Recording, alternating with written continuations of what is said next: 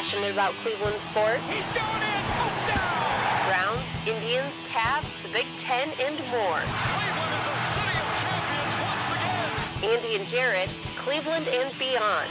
Swinging it line to deep right. Here are your hosts, Andy Billman and Jarid Watson. Hey, what's up, everybody? Andy and Jarid, Cleveland and beyond. He's Andy Billman. I'm Jarid Watson, and the Cleveland Browns. Cleveland Browns. For the first time in, God, I don't have the numbers in front of me, in a very long time, have won 2 weeks in a row and have won a road game. I think that was, 27 games it's been? 20? How long has it been, Andy? 2015. I don't have the numbers in front of me, but I just. It's so, by the way, I'll even add the cherry to the top of it. It's the first regular season road win since I think since like the Falcons win. Yes. And, so yes. I mean that's how far it's been. But what a great first half. We'll get right to it. I mean, I hope everybody had a great Turkey Day. But what a great first half from the Browns.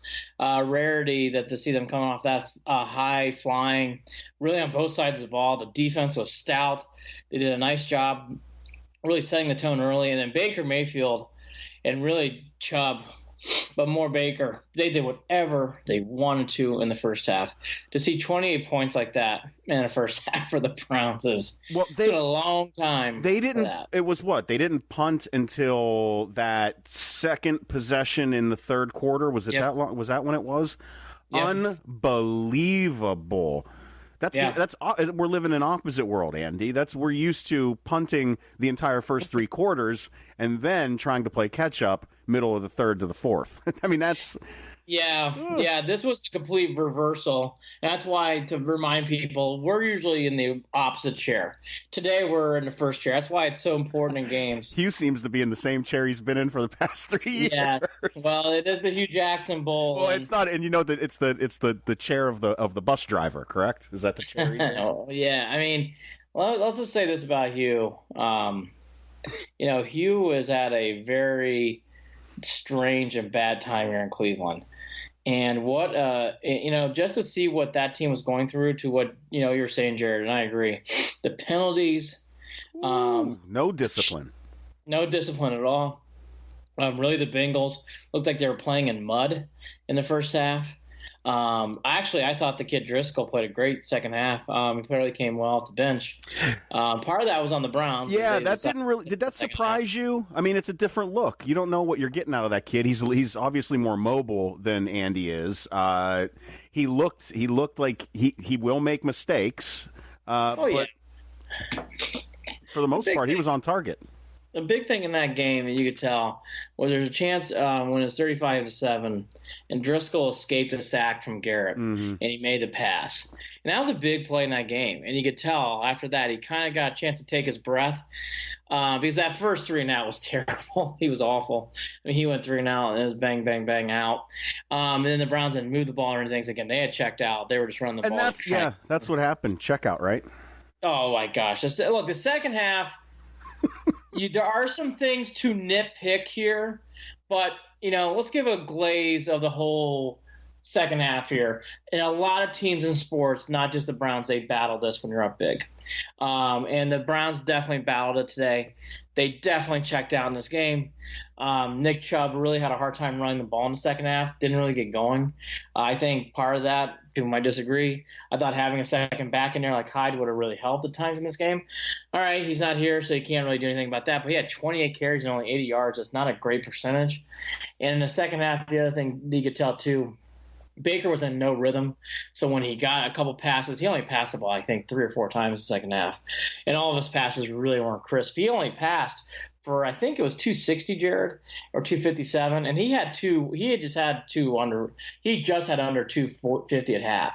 So he basically only passed for 12 to 15 yards in the second half. And that was amazing to me. Yeah, I remember at one point in the fourth quarter hearing that he had only thrown the ball 4 times. I don't understand. All right, so let's break that down. Why would that have happened, Andy? Because it looked to me like, and the only if I'm going to look for excuses, it's this.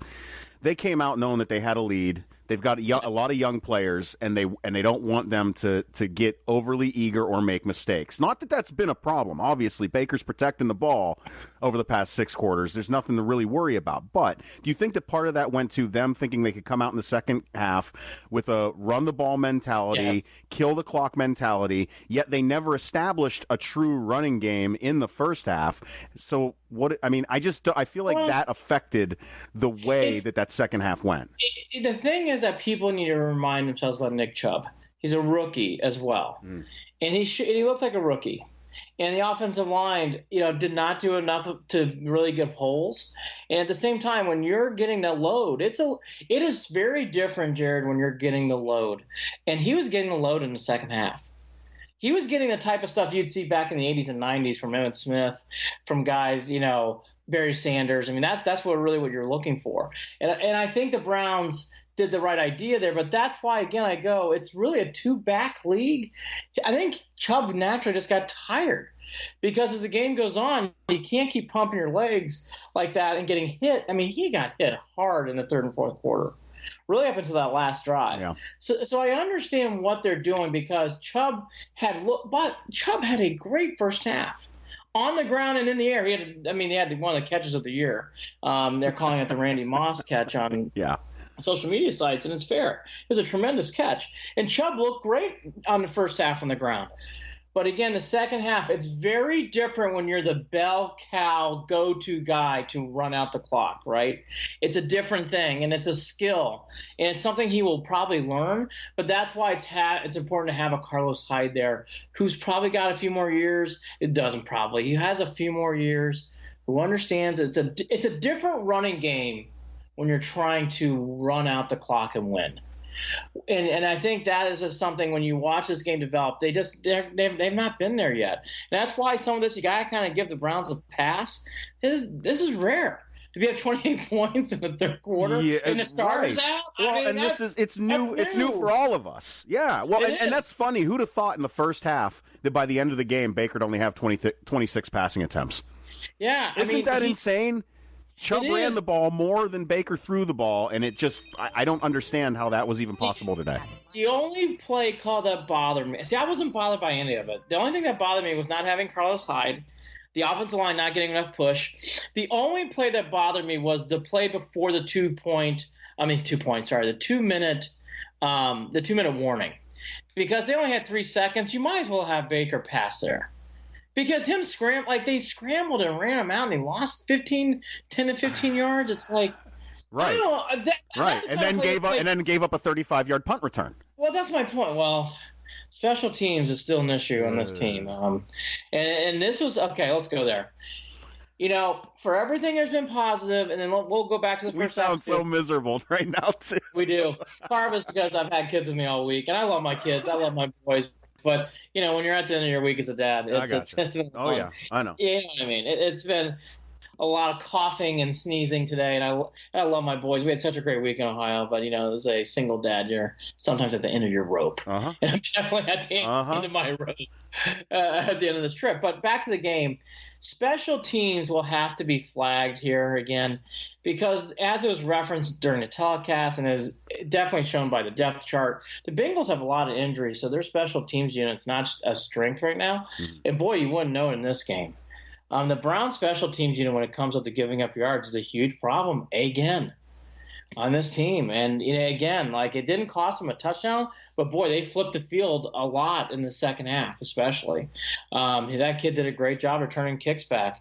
Again, let's not harp on more than that, but the special teams, no matter where this goes next year with coaching or whatever, the special teams we've talked about this, it has to be blown up. This cannot continue. Isn't it nice, though, that, I feel like we're at a point now where I'm not looking at a dam full of holes ready to give, ready to flood the town. We're looking at a few areas that need some repairs, that need some patches, and a GM who hopefully, to this point at least, it seems like he can find the right people, the right talent to put in those spots. I agree. I agree. And to be fair now on the other end, I picked at times the wide receiver cast in this team. I will not today. They played perfect. Yeah. Really hard to pinpoint a mistake here from this team, whether it's Callaway, Njoku had a great game. Nice job by Callaway. Callaway had his best game of the year.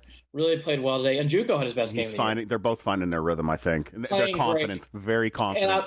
And I'll tell you the guy who I think has I can't believe I'm going to say this, but I think it's actually got some merit. I think finding the third receiver again, whether it's Higgins, who's back from healthiness, or Perriman being in the game, has helped settle down this team. I never thought I would say this going in the beginning of the year, but Higgins/Perriman, the Perriman pickup's been a big deal this year. It's actually settled down this receiver crew, and because they both have made catches, they both have made enough plays where Callaway and Landry are not getting basically hogtied by the secondary. And so that is where I've seen the biggest difference. It's amazing. The Higgins injury and no Perriman, those two have really settled down this team, I thought, Jared. I thought the wide receiver crew had an excellent day. At Njoku and Callaway, I think the bye week, they looked rejuvenated. They looked great. I thought Baker Mayfield played great. Yeah. And Duke had a great catch and run to get the team started off right. Yes. Yeah. Oh, Duke Johnson had a big play in this game. I think you can do. I've been a guy too. I don't want to see Duke get the ball a lot. Meaning, I love him getting 5 to 8 catches. Right. I am a fan of what he did in the first half, going down the field. That was great. In fact, the Browns should do more of that. He's a rarity. He really can be a scat back where he can get a short dump off and get you 10 yards, or he can get you 20 yards. Duke Johnson does not get enough pub for me. He's a special player. Five guys, including Duke today, Andy. 5 guys with receptions of 20-plus yards for that Cleveland Makes a big offense. Difference. Isn't that nuts? Njoku, Callaway, Chubb, Landry was the only one, and his long was a 14-yard catch. So, I mean, still. But they were again. Higgins, if they're going to isolate, right? The Bengals basically said we're taking away Landry, and when we were going through that funk in the middle of the year, we had no Higgins, and Callaway we learned can't carry that load. And being fair, I don't know if Njoku's ready to carry that load. Yeah. But when everybody's healthy, doesn't it make a world of difference on this team? It certainly does. And again, Nick Chubb will get better at the end of the game situations. I really like Nick Chubb, and he had a wonderful game today too. Offensive line playing great. They have really stabilized themselves. 2 games in a row, no sacks on Baker Mayfield. That in itself is amazing. Yes. They will be tested next week against the Texans, who are much better when it comes to rushing the quarterback. But I will say, and what Jared is alluding to, they played much better. And really, I'll tell you, the Bengals, I always thought the Bengals going into this year would be an 8-8, 9-7 team, 7-9 team. I left going where they're saying that's probably what they're going to land, but they're actually much further away than what I thought they were. I see a lot of problems with the Bengals. I was surprised leaving that game. I don't want to make this into a Bengals podcast, but I was really surprised, Jared, by no pass rush. Really, the A.J. Green injury is not a little thing. It's a big thing. And the Bengals, I'll tell you, Andy Dalton's a problem. I don't know what you do there. I can't argue that. The glaring issues that I saw were that the only fire that they seem to have on that team was almost like negative fire. Like Vontaze Burfict, when he's the fire on your team, that's not really. I'm not. I'll tell you. That's a good point too. That's the thing too. Going to the recapping the second half again. The Bengals did a great job of making this game chippy. And I think that really took a lot of the Browns.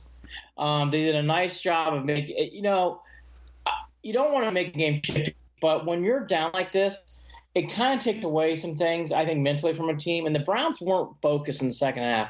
So the chippiness really came out. Burfict, boy, he was – I'll tell you what, he was in the referee's face a lot in this game, I thought, too. Yeah. He really, to Jared's point, he is the leader. Is that a good thing? I don't know. The Browns are going to have to learn on both sides of the ball. Nick Chubb running the ball is the right thing, but he's got to do a better job getting yards, and the offensive line has to do a better job allowing him to get yards. That's a different thing. I think the Browns are going to have to find Jared. I think the Browns are going to have to find a helper late in games too. I think they're going to have to. I don't know who that's going to be yet, but they're going to have to find someone to help take off some of the load. And when it comes to Nick Chubb getting 20-plus carries like he did today, he had 28 carries in this game. Yeah, I don't know why. I mean, they didn't. Was there a real reason that they had to run the ball between the tackles? I feel like they would have had, and I mean, they showed it when they're trying to hit the edge. They've got the speed on Cincinnati. They could have hit the edge more than they tried. I hear you. It's just old school mentality, and I guess I'm like what Greg Williams is thinking is you want to run the ball. You're up 28 points. Run the ball out. Let's get out of here. Yeah. Let's not be stupid. And by the way, it worked. And by the way, in fairness, the Browns won. So the mentality's right there. They just got to do. It's got to be cleaner, because if it wasn't for the big thing too in this game were the penalties. The Browns also got sloppy with penalties in the second half. Yeah, that second half was bad. Yep. Yeah, but in the first half and in the second half especially, the Bengals had a lot of damning penalties, especially the one late where that kid made a great pass and the kick got it at the 5-yard line with under 2 minutes left. I thought the Browns were in real trouble there for a second. Yeah, that kick. and it was a false start basically. They had the wide receiver didn't get set. And it was. There how many pre-snap I think that might have been what saved them. Those pre-snap penalties. I mean, there was no way that they were going to come back if they couldn't figure that issue out. And the Bengals are really a mess. I can't emphasize that enough. This isn't like a 5-6 team and you're a few players away. This is a mess. Bengals are really a hot mess. And the other thing to take out of this too, before we move on to what's to come, this whole Hue Jackson thing. Where it came to the interception and the Randall giving them the ball, which I thought was a nice gap. I like that a lot. I think Hue Jackson doing these mini tours that he's already done, and during the Ravens game he's shaking hands, and of course in the Browns game he's shaking hands and stuff. Giving hugs. Yeah, I want to give kudos. And I don't think he's being mean. I think this is just business, not personal. I give a lot of kudos to Baker Mayfield, who basically said at the end of the press conference, I'm paraphrasing, I really don't have a lot to say to Hue. And I find it very interesting that he's going around making victory laps like this. And I was glad to hear him say that, because I am too. And I think the Hue Jackson, if there is any sympathy, which I think there still was, I think that has to go away now. Sympathy. I mean, the only sympathy that I can have is, and this sounds bad, but it's genuinely how I feel, is that I feel like Hue doesn't even know how inept he is, and I know he's trying to be nice, but it's like. That's why that's all you got is nice, and that's that's not going to cut it, because. The other things that you are doing are so obnoxious. Yes. The victory tour stuff, the television, the walking on to Cincinnati a week later. Of hands, kissing of don't rings. Act like you don't have your agenda, first of all, even though you probably don't know what your agenda is. Oh, no, he probably doesn't. And that's why I like Baker's comments after the game. And I think that's the best way to put it. Like, what are you going to say? Well, right. And again, Baker did not chat with Hue. Hue obviously came up to him, but Baker didn't tried to go in for a hug, it looked like. He wasn't getting one. Well, I mean, I think Baker's right. It's like, look, it's over. Didn't work out. Look, if we're ever playing cards someday on a cruise deck, I'll say hi to you and buy you a beer. That's not today. I'm here to win. Yeah. That was the thing I loved about this game. It's like, enough of this crap. Yeah. It's enough. You're out. Sit over there with your buddy. Boy. Have a good game. We hope to beat the hell out of you. And guess what? We did. Yeah, I feel like we do have to at least give knowledge to the fact that the Browns came out off the bye week smacked them in the face early and often. And and then even better, the icing on the cake was forcing that turnover at the beginning of the second half and then taking it in for one more touchdown. Yes. That in itself was like, all right, this is the kind of day I've needed, and I got it. Granted, the rest of that second half felt very, very much old Browns to me. Well, the Browns are going to have. Oh, they did. The Browns are going to have to learn how to finish. Again, the Browns are not unique in this, but if it wasn't for I don't know what the official call was again, but it wasn't for that goofy false start, too many. I think it was illegal motion on that play that got the ball down to the 5. It would have been dicey, but it didn't happen. The Browns won. I liked how they started off the game to what you said, obviously. I loved how I will say this was the other point I wanted to make before that whole debacle happened in the second half where the game kind of fizzled. That was the most focus I've seen the Browns play in a long time in the first half. It's hard to pinpoint a moment where I thought the Browns were more focused. How are you more focused than scoring 5 touchdowns in your first 5 possessions? Right. And didn't allow Mixon to get any. Mixon and what's that other guy's name? He always kills us. The other running back for the Bengals. Oh, Bernard. Bernard. I know Mixon's not been in the league long, but Bernard does a nice job of chewing up. So does Dalton. Dalton's weird. Dalton either plays like he does today or he has great games. That's usually nothing in between with Dalton. Any word on his hand yet? I didn't see anything come out. I didn't see anything either. Yeah. So we kind of tackled the first question we're going to go off with was what we make of the second half of this game. So to the second question I was going to ask you, did this win help Greg Williams? Is it still even-keeled? Or did it kind of get erased with what happened in the second half? I don't think, as much as I want to harp on that second half, I think I can get over that, and I think that this is a plus. Because I think when we look back, it's a W. You know, and it was an important W for a multitude of reasons. We would have ended up tying the record for most losses on the road in a row. Yeah, you know, and thank God the Lions still hold that one. We stole the other terrible record from them. Well, we tied them. We tied them. Like, you know, we've won 2 in a row. We did it against the former head coach who wanted to walk around like he's everybody's best friend. And it is. And can I say that again? It's vomiting.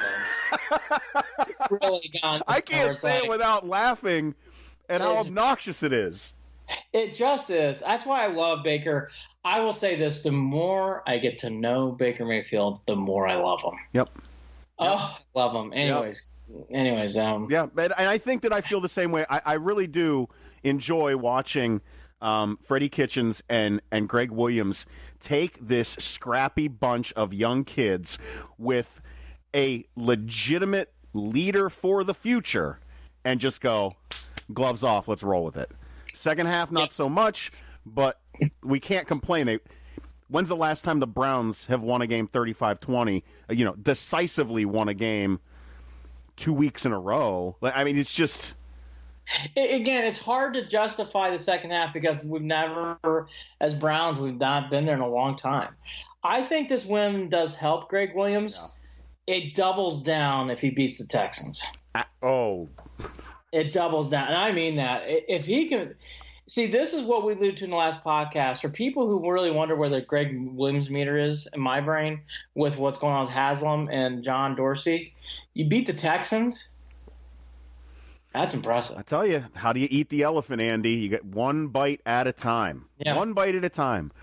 That Texans I know game's big game. Browns fans joke around about still being in it in the AFC North for a wild card spot, whatever. I get it. It's funny to joke about because as Browns fans, as self-deprecating as we can be, it's fun to look at. But legitimately, 1 week at a time. If you take it 1 week at a time, let's just do that. Well, that was my last question I was going to ask, too. I think the Browns get back in it once you get to 500. So the Browns need to get to 500, and you said it perfectly. You beat the Texans, and you come back and you play the Panthers. And again, the way this is playing out, Greg Williams is getting closer and closer, in my opinion, to getting this job. Now, if he loses to the Texans, you come back and ask me. So I think the Texans is a key game for him. I really do. I talked about the other guy who we're going to get to in a second, John Harbaugh. Greg Williams, to me, it's kind of the same thing here, but in a different way. In that I think if Greg Williams wins this game against the Texans, and then maybe he pulls out a close game or wins against the Panthers, Jared, it gets tough. It gets tough. I'm telling you, it gets interesting. I think we touched on all the things we wanted to touch about in this game. Great win. Good way to start off the bye week. I'll tell you, I'm going to mention the key things I saw. Team had never been more focused. The wide receiver crew, it's amazing. It's only the third receiver, but it's amazing how Higgins and Perriman settled down that group. And Baker Mayfield is taking over this team. He is taking over this team, and it's wonderful. He had a great game. Great game. He really wasn't his fault in the second half. He only got 4 opportunities. And, again, we can nitpick. It's still a gauntlet for the end of the season, too. Texans, the Browns Panthers, don't have an easy game. No. The Browns don't have an easy game. I mean, I would say the only game in there that I have confidence in is the Bengals at home to end the year. I think outside of that, Panthers, they're tough. That's a tough game. At Denver on a Saturday night, they're giving the game the Steelers again here. That's a tough game. Yeah, and even game. And that Ravens game at the end of the season is looking a little more difficult than I expected it to. That game. That Ravens team might be fighting for that wild card spot. I know. Well, they're fighting for a lot of things. Fighting for a coach. Fighting that Ravens game. Again, fighting to figure out if that quarterback's going to be something for them. We don't have enough time in this podcast today. I'm not a big fan of the Lamar Jackson thing, but it's working, and you're winning games. Yeah. They have a quarterback situation down there. I'll tell you that. They really do. Because it's fair debate now who should be starting games. But again, you beat the Raiders. They did beat the Bengals, but man, I don't know. That's a tough situation. But going back to the Browns' perspective, no easy games. Jared's right. It's the same boring cliche, but it's really true. One game at a time. And the Texans play on Monday night, so they get the Texans on a short week on the road. I'll tell you, I think it's a big game for Greg Williams. Huge game for him as it comes to being the head coach for the Browns. I think it really means a lot. Going around the NFL in this game, going around NFL this week in the league to the early games. I don't know if there's anything you really want to touch upon, Jared. The only thing I'll mention for these Thursday games that I saw, I didn't really watch the Bears-Lions. I was doing family stuff. I did get to watch the Redskins-Cowboys. My only thing I'll point to here is, the Redskins got McCoy. I don't know how much you want to break down that. It's interesting. No, we know what that looks like. We know what that looks like. The one thing I've been hearing nationally, and I was down on him, so I'm going to give him some props. Amari Cooper's made a big difference so far for the Cowboys. Absolutely. He's really made a big difference for him. Yeah, but they were never really supposed to lose that game on Thanksgiving, were they? I just can't see a Colt McCoy-led team really being a threat. And he made a pass in that game, and you just shake your head. Poor kid. Yeah. He doesn't have arm. He just doesn't have arm. There's a throw in that game. I can't remember when it was exactly. I think it was in the first half where the ball was well short, and the guy was open. And it's just a shame. I'll say this about the Redskins: they have the players around them. That Alex Smith injury, people might chuckle that it's Alex Smith, and what does he really do? That injury is more devastating than what people think. The Redskins were actually a playoff team. That's one of the tougher injuries that I've seen. Oh, the injuries horrific. Injuries horrific, but I felt terrible for Alex Smith with the type of season he was having, and I know. How could you not? The Redskins were going to win that division. They were going to win. Now, it just doesn't. I think the Cowboys it's kind of for their division to lose unless Philly puts something together. Going to the other, and by the way, the Saints keep winning. How good are they right now? On fire. They play the Cowboys this Thursday night. Big game for the Cowboys, too, obviously, in that spot. The thing to watch on the other end of this is, the Falcons, Packers, these are teams that people thought a lot of going into the year. Be interesting to see where these teams land as the year goes on. I don't know how much more rope Quinn has as the year continues. Because we have live games, everybody's tied in the AFC. Dolphins, Colts are tied. Steelers, Broncos are tied. Chargers are winning. Boy, they had a slow start in this game. They were down 10-0. And, of course, that's the week I pick them. But don't worry. Never fail for people who took my picks. The Chargers are about ready to score again and make it 35-10. So pour gasoline on that fire. The Pats did what the Pats did. The Eagles, boy, there's a lot of talk for people who don't live out here about the Giants making the playoffs. We can extinguish that fire. As the Eagles, it's amazing what happens with Giants fever around here. We mentioned about the Ravens. That's really it. We should touch upon this game, and then I'll get to anything else you want to do in the NFL. The Monday Night Football game was one of the best Monday Night Football games, best games I've seen all year, maybe in the last couple of years. I know people were complaining about the defense, and it certainly was abysmal. I love the Chiefs-Rams game on Monday night, Jared. I thought that was one of the best games I've seen all year. See, and it's so difficult. You know how awful I feel when not only was I – this shows you how my life goes. Not only did I spend most of Thanksgiving not watching football but watching the Hallmark Channel, but I also was stuck watching Below Deck instead of Monday Night Football on the Bravo channel when I got home Monday. So – I can put headphones in and stream the games on my phone, but then my wife will feel like she has to watch her shows alone, and she doesn't like that. No, I understand. By the way, you're being a good husband, and to give people in my I hope life, it pays off someday. It does. You're a good man. I would have been the angry a-hole husband who would have gone downstairs. Hey, I did. I spent, and I know we're moving to this next, but I spent Saturday. I warned everyone, don't bother me. I asked politely. I asked my wife's grandmother, may I have your television from 11 until to be decided on Saturday? And if you say yes, I don't want to hear any griping or regretting it later. And that's what I did. Thank God. Good. Oh, thank God. And before we move to that, Rams-Chiefs was a fantastic game. For those who were watching the Hallmark Channel or whatever the other show was, I feel sorry. I was driving across the country. I was just making my way from Connecticut to Ohio, and we had to make a pit stop in Scranton. I have three boys, and my youngest boy got sick on the car ride, so we had to stop early. Pouring rain in Scranton, Pennsylvania. Oh, and that river floods all the time. You weren't down there, were you? No. We were up on the interstate, but it was one of those great moments as a dad when you're all alone. I'm a single dad, so I'm going out there, Sunoco, and I'm like, I need trash bags, Lysol wipes, and whatever you got. $17 later, you're like, $17 later. Good Lord, what did I just pay for? Yeah. Cleaning up stuff. But the one thing I said, I go, well, the positive is I can stop now. I can watch the whole Monday Night Football game. At least you got that. That's what I did. And it was what a wonderful game. I'll tell you, the Chiefs and Rams really put on a great show. It was a shame about Mahomes. He threw 2 picks late in the game. Just didn't have enough to really get him over the top. I thought the Chiefs were going to win at one point. Back and forth game. It was a show. It really was a show. Kudos to everybody who played. I can go on and on. It was a wonderful, wonderful game. And then we turn our attention, to college football. Ohio State football. And to the game. I'm going to give a quick Michigan rant. And I'm not a Michigan fan, but I want to give a quick Michigan rant. Give the rant. I really was not surprised to look at all. As I watched every pregame show, I made sure to listen to everything this week. And everybody and their mother, except for I think us two, had Michigan. Everybody loved Michigan in this game. So for people who go, there's too much talent in Ohio State. Hey, I'm not an Ohio State fan, and I'm not saying you're wrong, but that's BS today.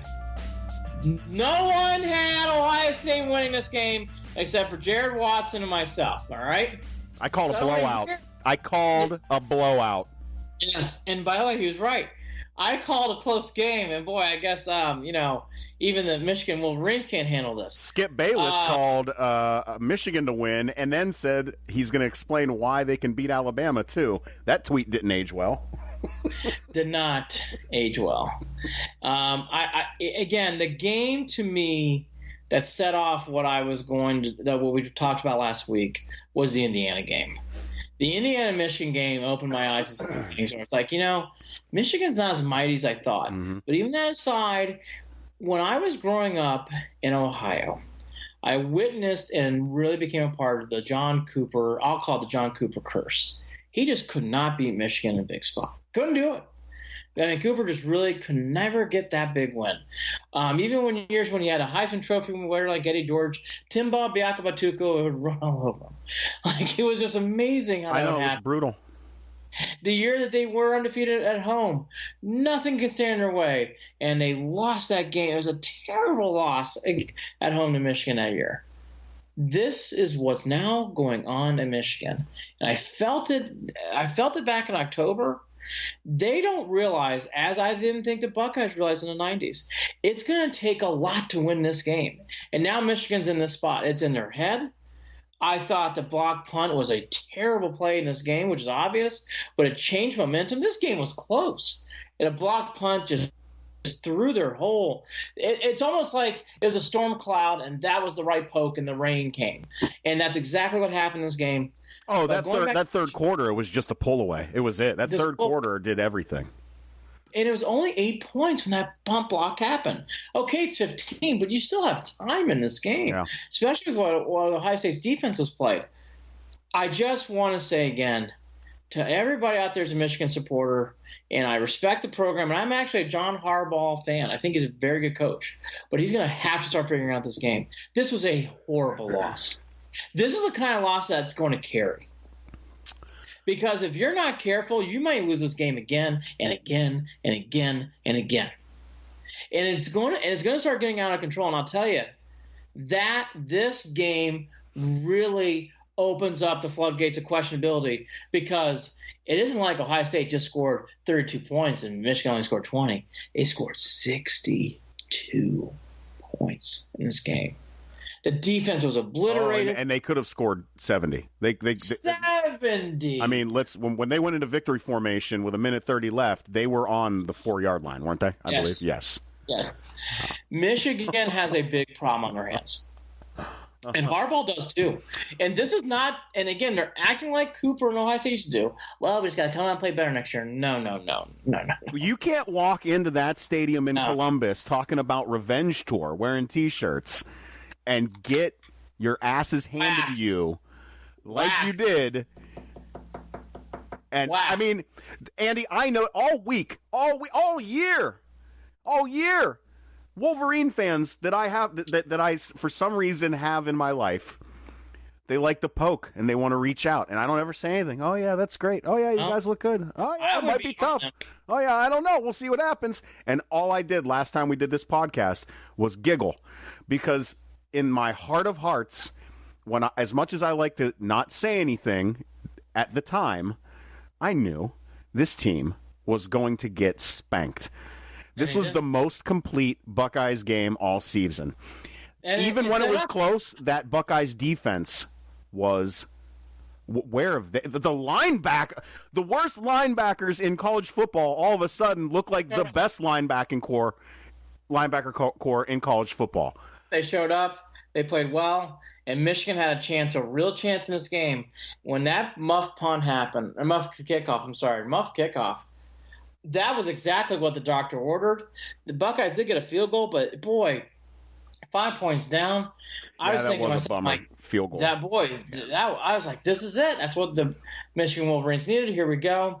And they just can never get it going. And I'll be honest with you, it's two-part here. First part's Urban Meyer. He had that team ready to play. To what Jarid just alluded, the defense played great. I kind of had this vibe that Jarid did. I knew Ohio State would play up for this game. They have to play up for this game because Urban Meyer gets this game. Urban Meyer understands this game. You got to be focused on it 364, and then you play it.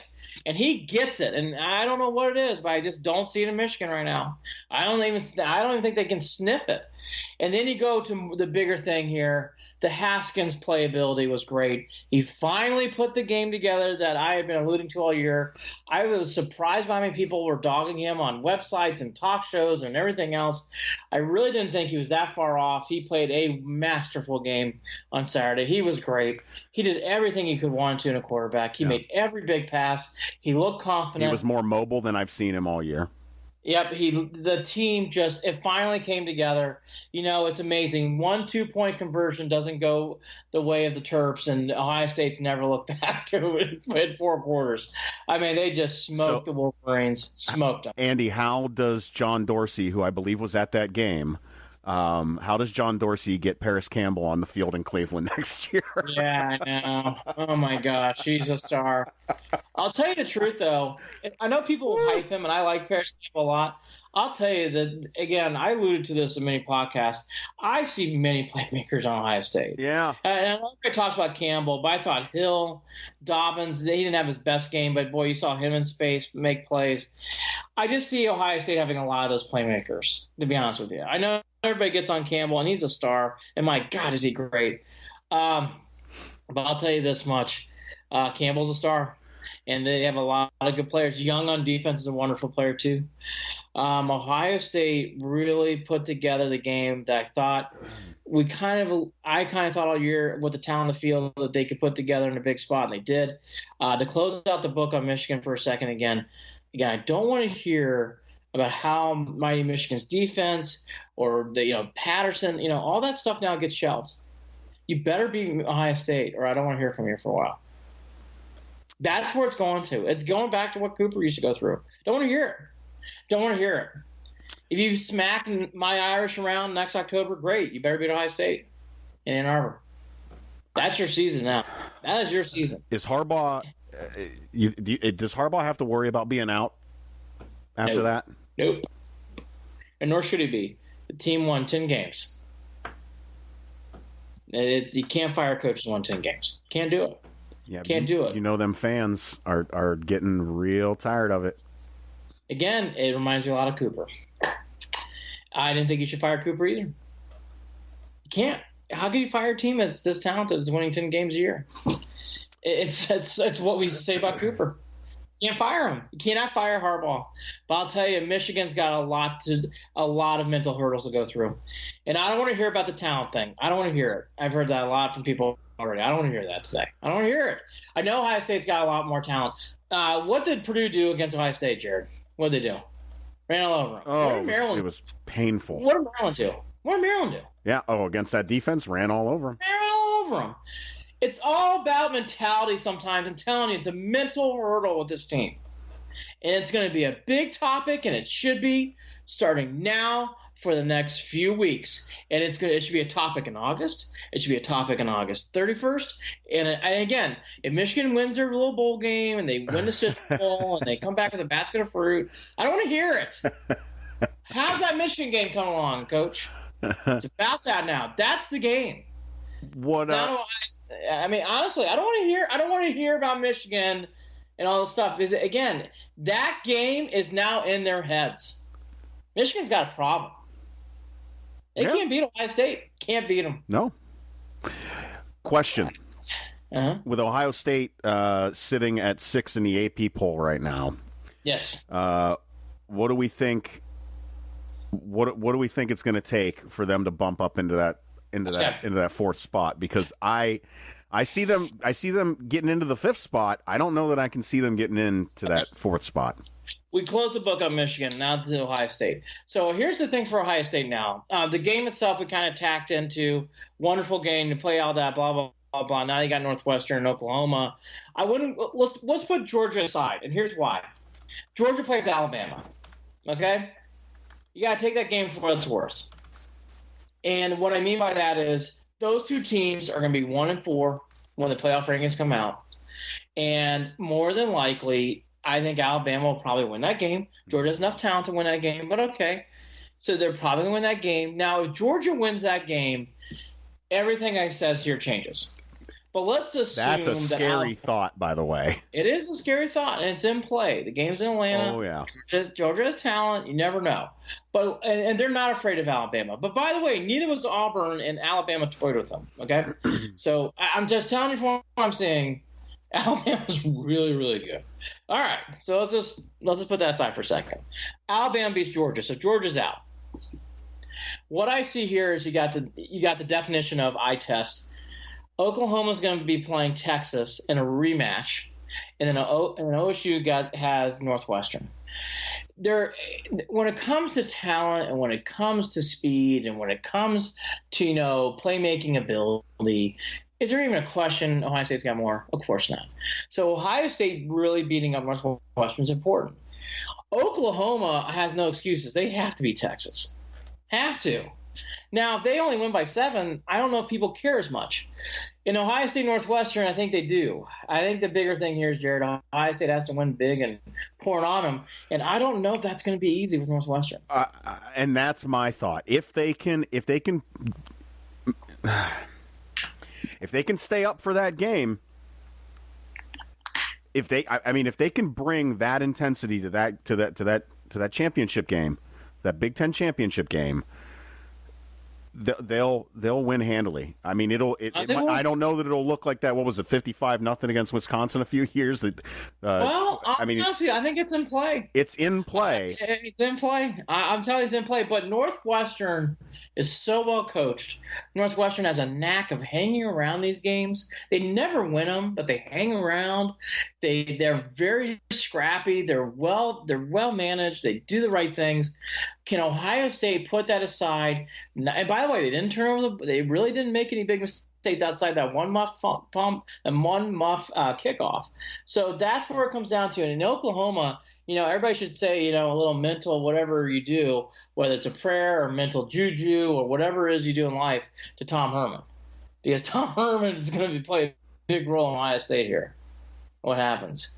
Because, I mean, Texas does play defense. Do they score enough to catch up with Oklahoma? I don't know. I watched the entire Oklahoma-West Virginia game. I'm telling you, Oklahoma's defense is terrible. It's awful. I mean, Jared, it's a joke. I mean, it's how bad? Is it Ohio State defense bad? Is it that bad? Worse. Right? I mean, Jared, it's worse. Well, and the other argument is Oklahoma has not put up as a complete a game as the Buckeyes just did this Saturday. I know. I'll tell you what's going to really kill Ohio State when it comes down to these things. Let's say Oklahoma wins. The TCU win has no juice to it. They kind of played sluggish against Oregon State, and those are two teams that didn't finish well. And then you lose to Purdue, go 6-6, and you lose by 28. The resume is a problem for Ohio State. If you go by eye test, I'm telling you, I think Ohio State, if they both play well, I think Ohio State probably beats them 7 to 6 out of 10 times. But the resume is going to be a big hurdle for this team. And the resume, I think, is a fair thing. I do think it's a fair thing. Oklahoma's resume right now is better. It just is. It stinks, but if you're an Ohio State fan, it is what it is. And they beat Texas twice. It's not fair, but let's just be honest. If you're talking to a neutral fan, what's better, beating Texas by 7 or beating Northwestern by 14? Beating Texas by 7 is better. So that's going to play a big part of this, I think. We'll have to see what happens. The only good news is for Ohio State that I think is a huge benefit to them. They will know what they have to do as Oklahoma plays at noon. So they will know what they have to do going into that night game against Northwestern. I think it's a huge advantage for Ohio State. I think that does wonders for what they do mentality-wise. They will also, by that time, should know what happens in the SEC championship game. So that's kind of where Ohio State lies. But, hey, they had a great weekend. LSU, we'll get to that game in a second, they lost. Washington State did what I thought they were going to do. They never beat Washington in a big spot, and they didn't here. They lost to Washington. So and UCF, for anybody who wants to make that argument, which is silly, I like UCF. I like that story. They're not better than Ohio State. Sorry, they're not. Can't even believe people are. I cannot. Yeah, that needs to stop. Why? Who keeps that conversation going? People who are silly. That is just. I'm sorry. That's not even close. So UCF, they had that injury to the quarterback. So this has opened up. I mean, Ohio State's going to walk into the 6th seed. And they should. They should. And Michigan's going to be behind them. So, everything played to about as well as Ohio State can do. It just stinks. Oklahoma, I guess we'll get to the Irish here in a second. The Oklahoma-West Virginia game was a back and forth. I mean, you think Chiefs and Rams had no defense? Oklahoma and West Virginia said, hold my beer. I mean, there was just no defense in that game. But Oklahoma did enough. Murray did enough to score. Oklahoma's defense did make 2 big turnovers that they converted into points. That was really the difference in this game. Oklahoma, they play Texas. I watched that game too. Texas is the only team that's really slowed down that offense all year. Can they slow them down again? We'll get into that more as the week goes on, but that's really going to be the test. And again, I'll ask you, as you're the OSU guy, I think Northwestern's going to hang around. I'm going to have to think about this game more as the week goes on, but I just don't see how Northwestern's going to beat Ohio State right now. No, and that's exactly what I'm thinking is, and we've alluded to it over the past couple of weeks, Andy, is that if this Ohio State team can figure it out late in the season, they always find a way to still continue to find themselves in the conversation. And they did everything and more that they needed to on Saturday to continue that conversation. I think that this Big Ten championship game is another blowout. I think the Buckeyes can smell what's in front of them, and they want in. That's where I think it is right now. That would not surprise me. At this point, it wouldn't surprise me. Up until this week, I was a little nervous, but something I just thought to myself, no, this is how this always goes.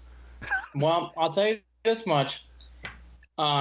Seeing from what I've seen, I don't want to pour cold water over it, and we'll get to more about Ohio State and everything going on championship week on Friday's podcast. The one thing I want to allude to before we move on this, and let's get to Notre Dame. I'll tell you, Alabama's really good. And I don't want to pour cold water even on my Irish, who are safely in my opinion. But boy, I'll tell you, I think Alabama's really good. I didn't think they played well, and they still won by 30. That's why Nick Saban was joking with the sideline reporter after the game. I'm telling you, it's going to take a monumental effort to beat this team right now. Just telling you. No, I don't think there's who could argue that? Who could argue that? I don't think anyone could. I don't think anyone can. And that's the bigger thing I just want to put in context here. And as I'll get to the Irish here in a second, and I'm excited the Irish are going to make it. And Clemson's good too. Like Clemson, Ohio State, in a normal year, Clemson, Ohio State, throwing Georgia, throwing Oklahoma, wow, wide open. I would say any of those teams can win. And then there's Alabama. Yeah, they're on a different level. I know. They're the college football warriors. They really are. They are the thing I will allude to was Tebow with Gators in the mid 2000s, the early 2000s USC team, and this team. They are just loaded. The Miami Hurricanes team that blew out Nebraska in a Rose Bowl. These teams are memorable teams. Alabama, the way it's going, is going to be one of those teams. It's going to take a lot to beat Alabama. A lot. I mean, you're talking about lights being turned off, tape not working. I mean, you're talking miracles. But hey, we'll see what happens. And then all you have to look no further than the fact that the Georgia Bulldogs are double-digit underdogs in this SEC championship game. Yeah, I mean, it says a lot. I'll tell you. For a fifth-ranked team. And a team that played them in a championship game the year before. They played them in the championship game and lost in overtime. I'm telling you, I'll tell you, it's going to take a lot. We'll see what happens. I want to save this for the Friday podcast a little bit. Let's go to the Irish because we don't like to play conference championship games in Notre Dame. Nope. We like taking this week off, which I will gladly do.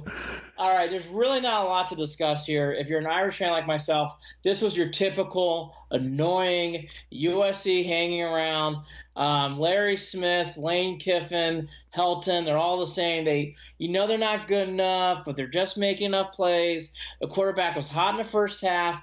Ian Book, which I was worried about, has not played well since he's been injured. I think the weeks off are going to help Ian Book a lot. I think he needs to really get back in the rhythm. Yeah. Dexter Williams made enough plays. I will say, though, Ian Book had two of the toughest runs I've seen an Irish player make since Tony Rice. He had two huge runs in this game. Ian Book is tough. He makes enough plays, and then he got the ball to Jones late to get the big touchdown to put the game away. Look, it wasn't pretty. For people who didn't stay up late, I don't blame you. The game didn't end until about 11:30 midnight. I'll tell you, though, Notre Dame has made enough plays. Their defense is solid. They have enough talent. I think they can actually push around and maybe beat Clemson. I think Alabama's different. I just don't see anybody matching up with them. But, if Notre Dame were to play Ohio State, I think it's an even game. I think Notre Dame could beat Ohio State. I think it'd be back and forth. I think Clemson and Notre Dame would be back and forth. I've watched Clemson a lot. That Lawrence kid can play a lot. I think Georgia and Notre Dame would be tough. But, in the bigger spot here, I think it's good that Notre Dame's in this thing. I think it's great for the school. It's great to always beat USC, and they beat SC, and they pulled away late. It just was – it was mind-numbing, that game. Well, getting back to that pulling away late, what do you think killed? I mean, the fact that there was no offense in the first quarter, right? Just rivalry game, turkey day. I mean, everything that happens in sports. Flat first half, turkey hangover. Brian Kelly and these West Coast games late in the year are the worst. Last year in Stanford is the same thing. Team comes out sluggish. Notre Dame comes out sluggish. It's just this. Brian Kelly's a good coach. But these end-of-the-year games, every year Notre Dame plays either Stanford or USC on the West Coast end of the year. And it's typically the 8 o'clock ABC game every year. And every year, Jared, it's the same thing. First half, Notre Dame's sluggish. They're bamboozled. They're tired. It's like they're not ready to play the game. Then the second half happens, and they make the game close, or they lose, or they get the game in control and they win. And then this year they did the latter. It always seems like these Turkey Day, LA, Stanford games always go weird. And then same thing happened this year where, again, Notre Dame just came out flat. Their defense didn't really come off. And, again, SC's got talent. And that's the thing that's scary about SC. They have talent. Yeah. USC's recruiting class is always in the top 5 or 10. So it isn't like they don't have players. So they have players. They made plays in space. But Notre Dame in the first half – forced a couple turnovers that really kept USC at bay, and then Dexter Williams got going with a big run to start the second half. But really, the plays were by Iron Book. He had 2 big plays, one going in the half and one in the fourth quarter, that really settled down the game and really gave the Irish the opportunity to make this game comfortable. It was only by 7, but Notre Dame was up 14 with only a few minutes to go in the game, and the last touchdown and then the onside kick went to the Irish. Again, it was one of those games. The Irish have had these games forever where it's a rivalry game too. And USC's talented, and they kept alluding to it on the broadcast. And I agree with them. I'm like, you see the talent on, and it's weird. They came out today and said that Helton's. I thought Helton would get fired, but Helton's coming back to USC. So that's for another podcast for the LA guys. But man, I'll tell you, Clay Helton's got to do a better job than this with the talent on that team. But going back to the Irish, they did enough to win. This team is scrappy. This team is better than 2012. That got blown out by Alabama. For people who don't think I remember that game, I remember that game vividly. I remember that game because that's another one that I called. I knew that was going to be. I listened to that game. Jared, I was living in Las Vegas at the time, and I wish I would have went straight to the casino beforehand, but I didn't. Jared, that was one of those games people go, well, what do you remember about that game? Like the kickoff? Yeah. And after that, I don't remember anything. Yep, that's it. It was painful. Oh, I remember where I was, what car I was in when that game started. Nowhere. I mean, Alabama, I love the Irish. They slapped us around in that game. So, anyways, it all points to Notre Dame should be in. I think Clemson safely in. They play Pittsburgh next week. So just to give a rundown on the games, it's noon, Texas to Oklahoma on ABC. And then you got Georgia, Alabama at 4 o'clock on CBS. I don't know how many people are going to be watching Clemson, Pittsburgh, but I'll have both games on.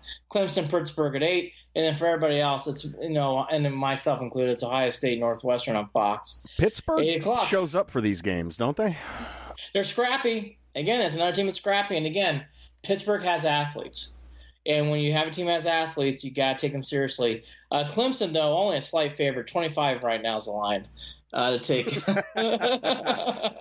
Disregarding that. Oh, my gosh. By the way, no line put together yet for Ohio State Northwestern, which I find interesting. Similar to Alabama, Georgia, I have not seen a line yet. Wow. Oklahoma, 7-point favorite, which I think is right on. I'll tell you, that's the game. See, all these other games you got to vibe for. Boy, Texas, Oklahoma. I don't know. I think it's a tough game to call. If I were a gambler, I'd stay far away from that game. That's a tough game. Ugh, tough game to call. I don't know if you stayed up for it, but because I was watching I know the answer to you. You did not, but I did. Did anybody, or did you catch the highlights for LSU? Did you catch the highlights? No, I woke up the next day. I couldn't believe. I was shocked. Oh, one of those. Yeah, I checked the crazy- scores in the morning, and I could not believe it. Oh, look, for people who didn't watch, so LSU's up 31-24. It looks like the game had been put away as Texas A&M had the ball late, trying to drive. The quarterback for A&M falls down, throws a pass, gets picked off. They immediately shower the coach Orgeron with Gatorade. LSU wins, and then they go back to the tape, and the kid for A&M falls down, and he puts the knee and ball on the ground, so they called him down. They had to go back to replay for that, and you can just imagine the rest. A&M comes back, drives. There is a wide receiver for – I'm going to get his name right now, Jared. There is a wide receiver I know we talk about Campbell a lot, and he's good. There is a wide receiver for A&M who I really want the Browns to take a look at. Let me make sure I get his Not name Courtney right. Davis. Let me make sure I got his name right. He was unbelievable in this game. It might be.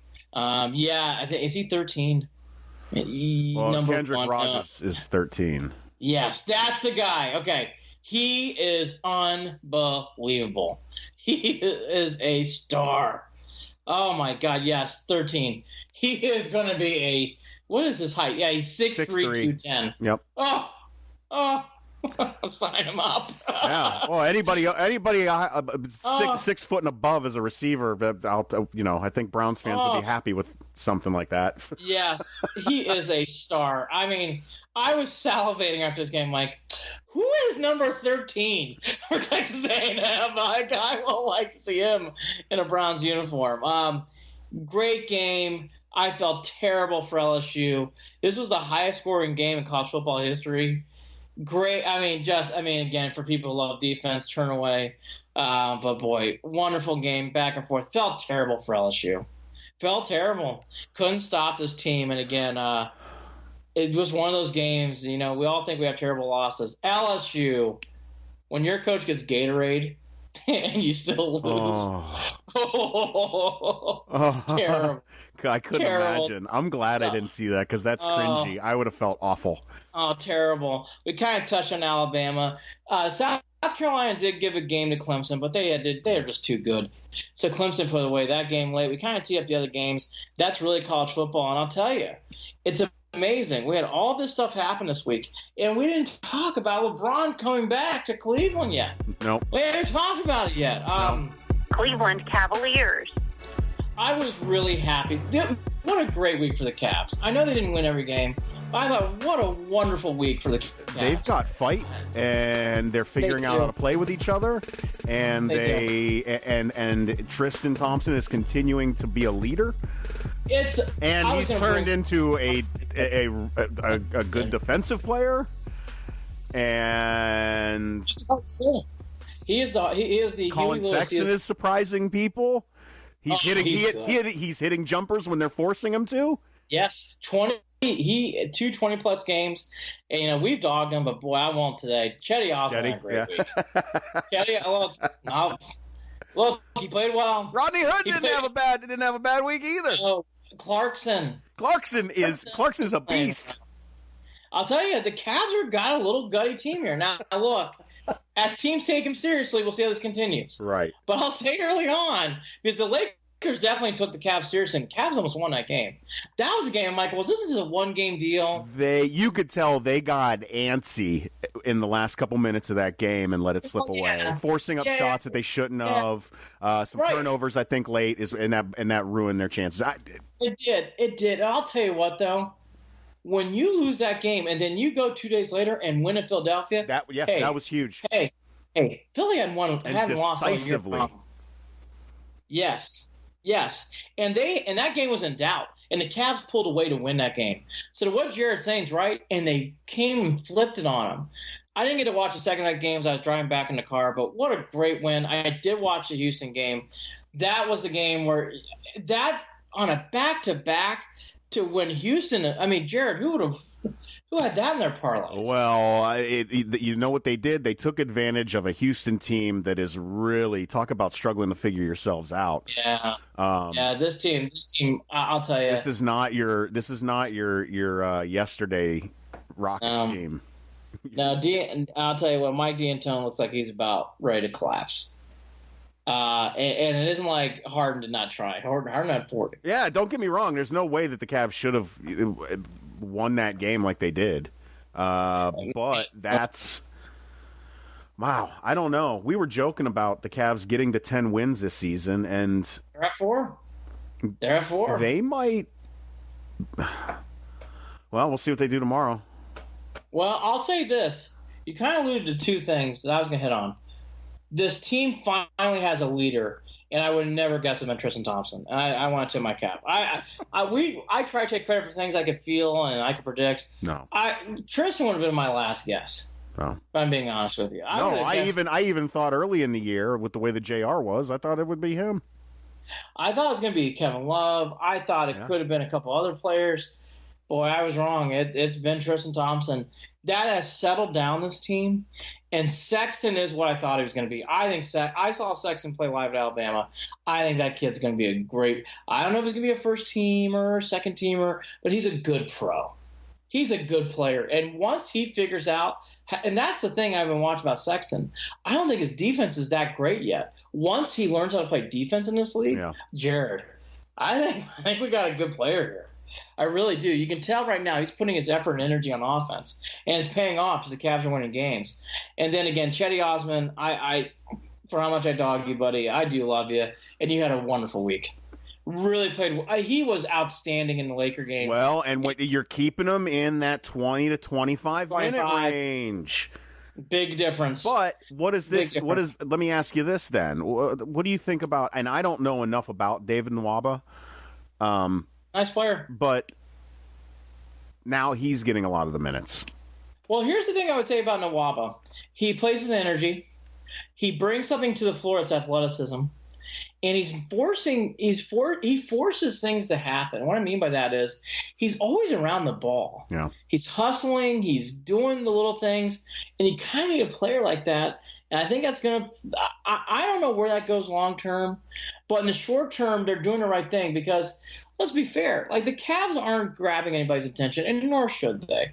They have a long ways to go to do that. But, hey, Nawab is one of those guys, if you don't pay attention to, he'll beat you. He'll do little things to make you annoyed. Like, he's trying. Like, he's making – like, here's my example. The player who gosh, I forget his name for this. Let me get his name here for a second. Is I thought Nawaba really outplayed him in this game. Let me get his name for the Rockets. I always forget his name. Is it Capella? I think it's Capella. Capella. He's a good player. Always enjoyed watching him play. I'll be honest with you, Jared. I thought other guys in the Cavs were running circles around that guy, and that's surprising because he's a good hustler. But you see the hustle, you see the effort. I think Clarkson has tried from day one, and he is a great sixth man. Do you agree? I love Clarkson. Well, that's where I think he's finding his rhythm. I do too. You're getting, you're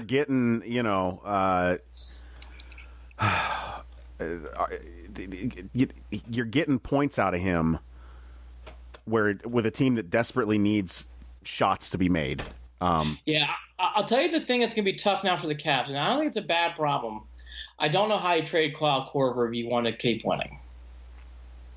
Meaning, like, I think you can win more games here if you keep Kyle Korver on your team. And you start building a core. If you trade Kyle Korver, he's only playing 15, 20 minutes right now. But when he comes in the game, he's making a big impact. He's firing daggers. I know. I think that's the only thing I noticed too. But I just love where this team's going. What do you think about Larry Nance's time on the court coming down significantly over the past couple of weeks? Is he struggling? I think or is this who he is? I think this is who he is. And again, I think he has a role, though. He comes off the bench and you don't miss a beat. He's a good second player. You expect him to bang the boards, yeah. Yep, he's a good second. And again, same with Clarkson.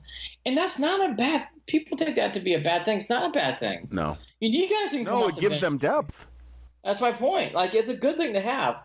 The thing that's going to be the Cavs' trick here, Tristan, Chetty, Larry Nance, Harrison, Nawaba, they're all coming back.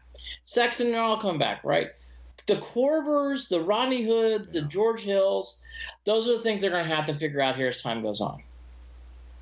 I don't know what those answers are yet. I don't even know what you get for moving any of these guys. That's my point. That's my point.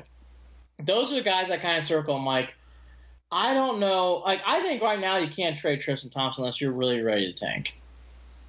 And they're not going to trade him. And by the way, I don't think he's tradable. So because I still don't think he's putting up enough numbers where people take that contract.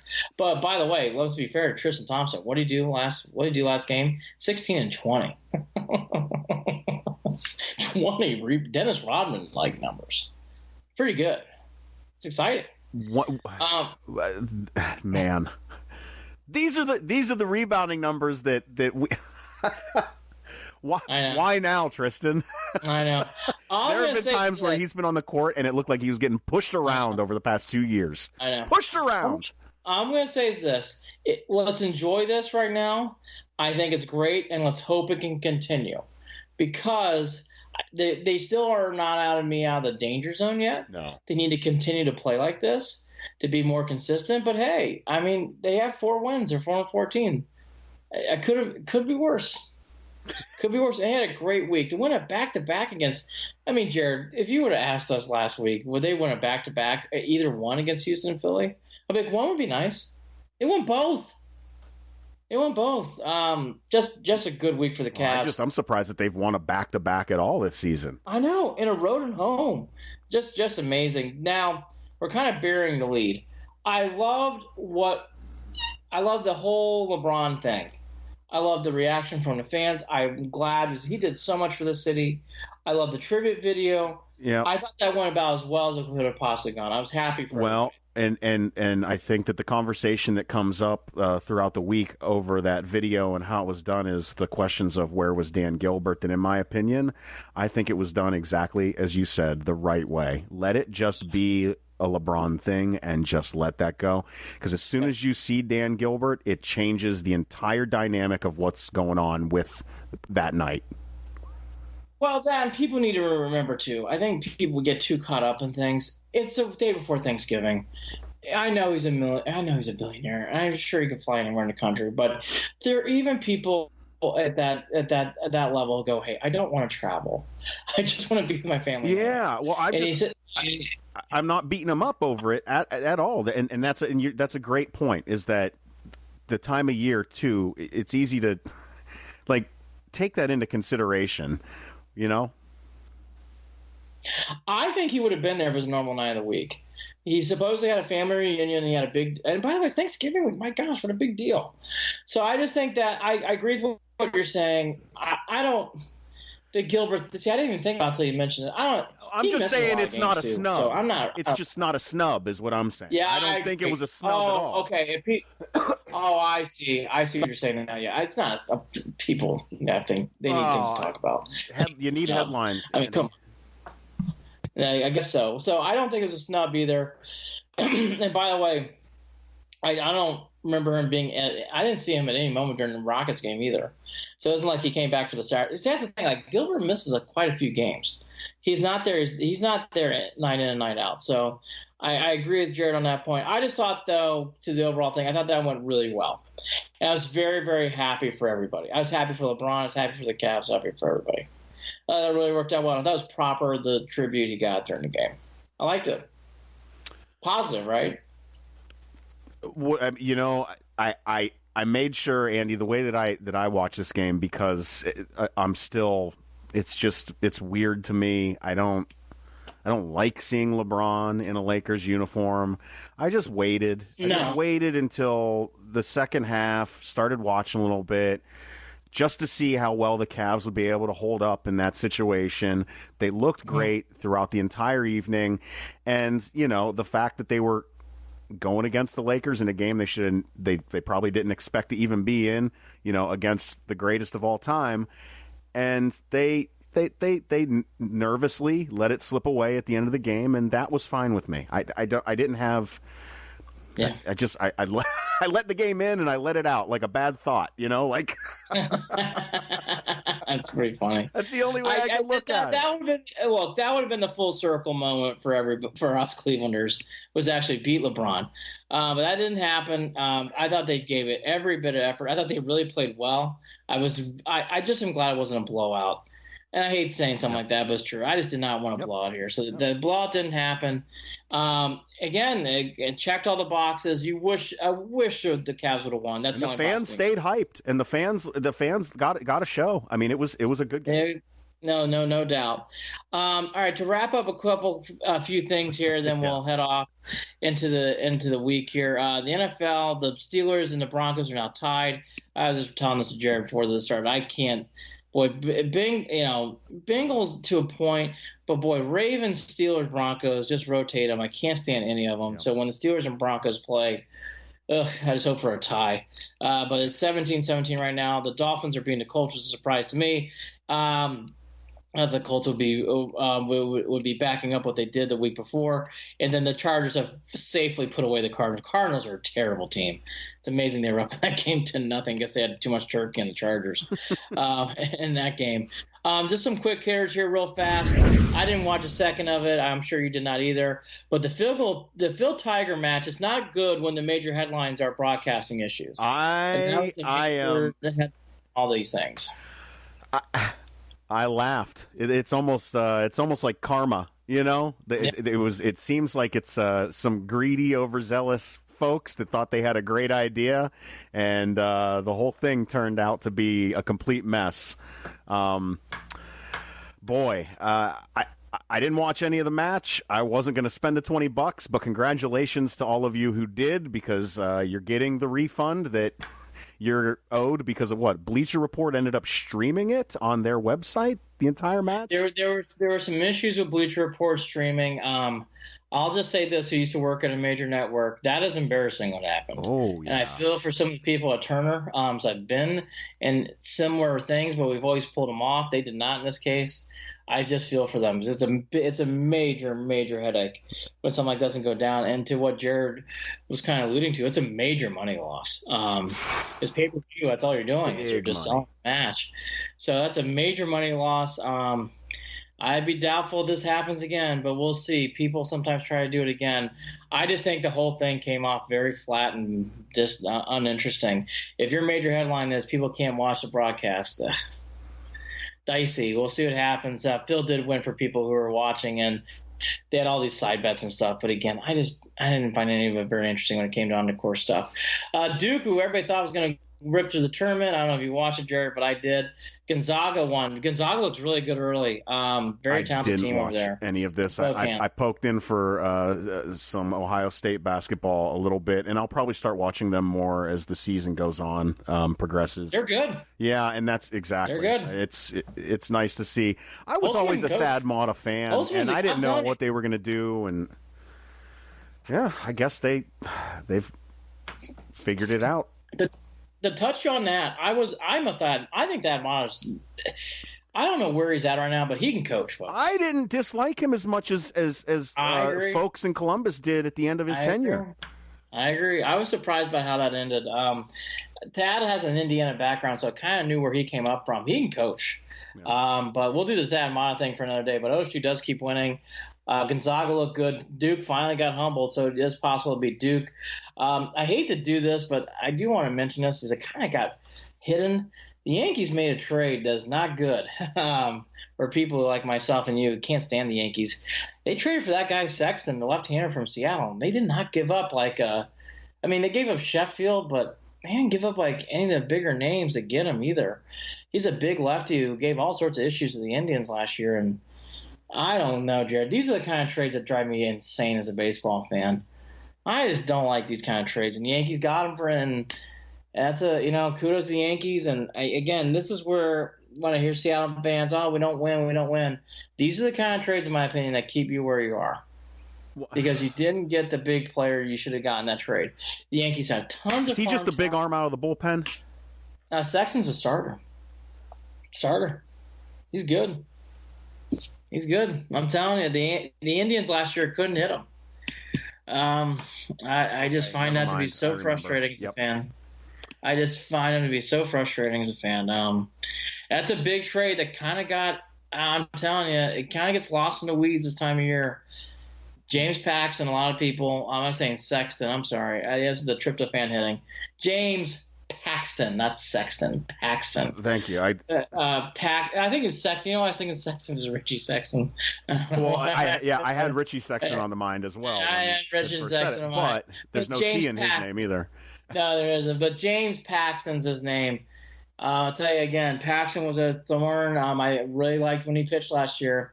I'm telling you, that's the kind of trade that really shifts the weight to the Yankees, in my opinion. It's annoying, isn't it? How they do that stuff every time. Yeah, but I mean, I don't. This is what we're up against. I don't know what and then they complain about our moves for injured guys that shouldn't be traded when they're injured. I guess them in Boston threw a fit over that Donaldson move. I just don't understand it because they took a risk. I know people are saying they took a risk on him, but I think Paxton's a player, and they give him one of their key prizes to do it. So, the Yankees have done this a lot over the years. And that's my major point here.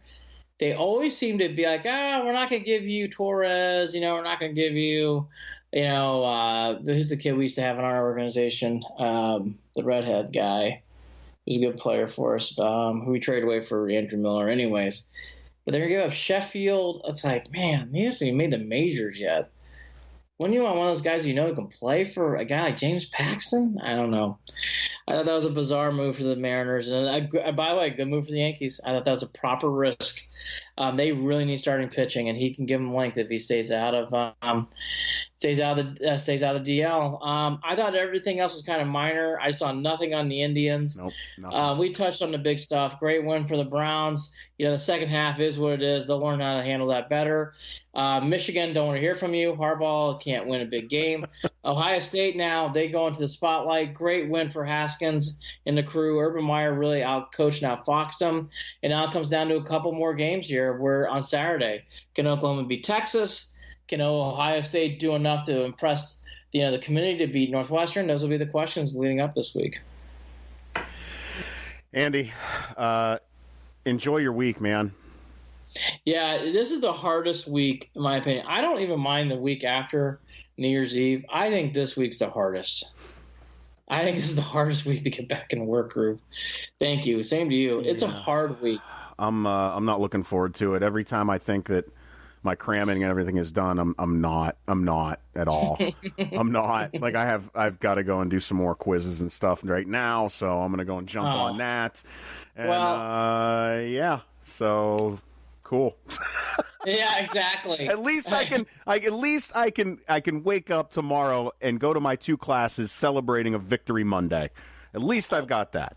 Oh, by the way, I mean, you talk about victory to win the Hue Jackson Bowl, and then what Ohio State did to Michigan. That is Cavs unbelievable. Coming off the Rockets win. Yep, all of it. Oh my! Philly. Yeah. Philly. All of it. I mean, all of it's really good. Okay, real fast. This is my random question tonight. Does anybody care about the ACC Big Ten Basketball Challenge anymore, or is it just all promotion? Does anybody care? There are some interesting games this week. I was going to say, there are some really interesting games this week, but I guess that's my one thing. I will touch on this. I'll watch a lot of it. My Boilers play Florida State. They couldn't beat Virginia Tech in a big spot. But I think, North Carolina, Michigan, Indiana, Duke, interesting. Syracuse, the Orange at Ohio State on Wednesday, too. In Value City, that's a big game for Ohio State. Just see if they can win that off. But I don't want to bury the lead. Ohio State winning was the big thing. And then today, for the crunch, what the Browns did is interesting. Greg Williams, I guess my final point, I really think next week's a huge game for him when it comes to getting the job in Cleveland. I think he has to win that game. I think it's a big game for Greg Williams. Obviously a team, but it's a big game for Greg Williams. One bite at a time. Andy Billman, Jared Watson, Andy and Jared, Cleveland and beyond. Thanks for listening, and we'll see you in a few days. Go Browns. Take care. Go Browns.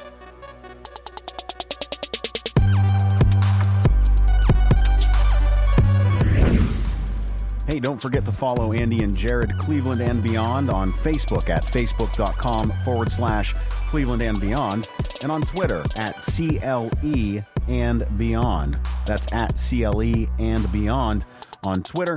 You can also shoot us an email, andyandjared@gmail.com. Looking forward to hearing your comments.